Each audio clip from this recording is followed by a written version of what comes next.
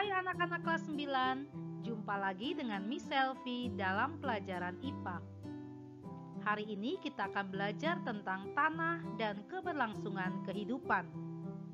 Dalam bab ini, kita akan mempelajari mengenai peran tanah dan organisme tanah bagi kehidupan, proses pembentukan tanah, komponen penyusun tanah, dan upaya menjaga kelestarian tanah. Yuk kita pelajari sama-sama. Tanah berfungsi sebagai tempat hidup berbagai hewan tanah. Dalam tanah terdapat beberapa jenis hewan tanah yang dapat dibedakan menjadi makrofauna tanah dan mikrofauna tanah. Makrofauna tanah merupakan hewan-hewan tanah yang berukuran besar dan dapat diamati secara langsung, yaitu Annelida misalnya cacing tanah, Molluska misalnya bekicot, Myriapoda misalnya Spirobulus sp, dan insekta misalnya semut.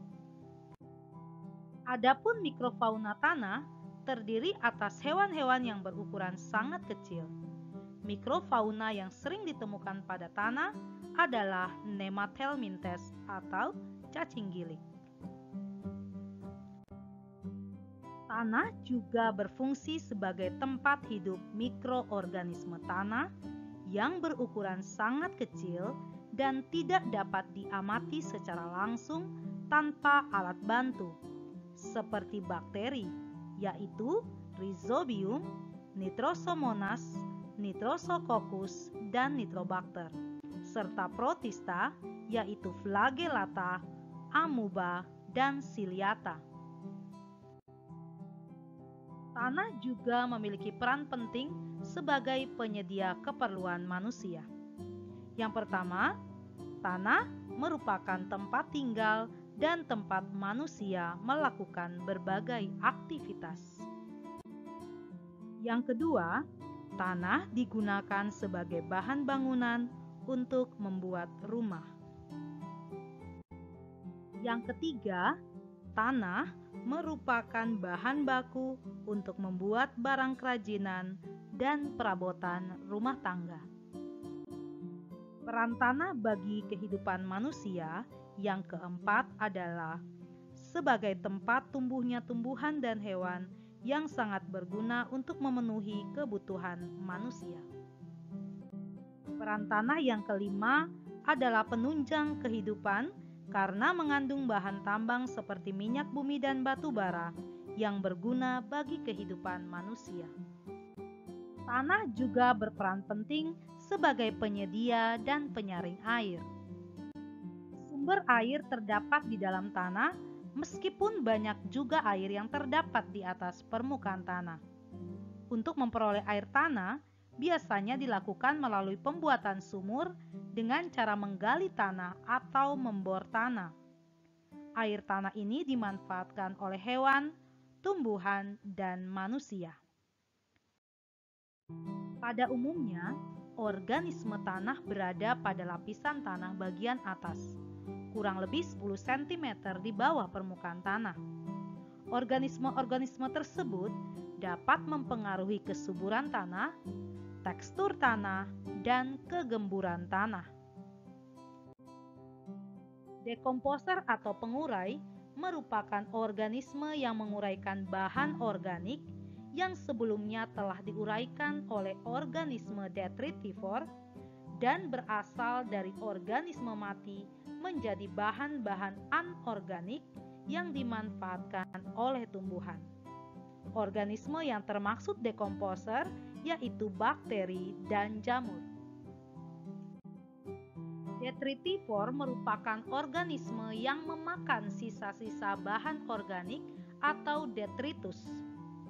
Contoh organisme detritivor yaitu siput, luing, dan cacing tanah. Yang kedua, pengurai polutan dalam tanah.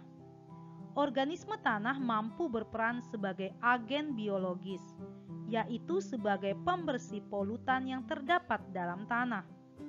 Dengan adanya pengurai oleh mikroorganisme tanah, racun-racun yang terdapat dalam bahan-bahan kimia dapat terkunci di tanah karena racun terakumulasi di dalam tubuh bakteri. Yang ketiga adalah pencegah penyakit tanah. Pada kondisi normal, tanah memiliki jumlah senyawa organik dan aktivitas organisme tanah yang tinggi yang dapat melawan organisme penyakit yang masuk ke tanah. Kondisi tanah yang normal dapat diperoleh ketika aktivitas pertanian tidak berlebihan dan tidak menggunakan banyak bahan kimia untuk pupuk.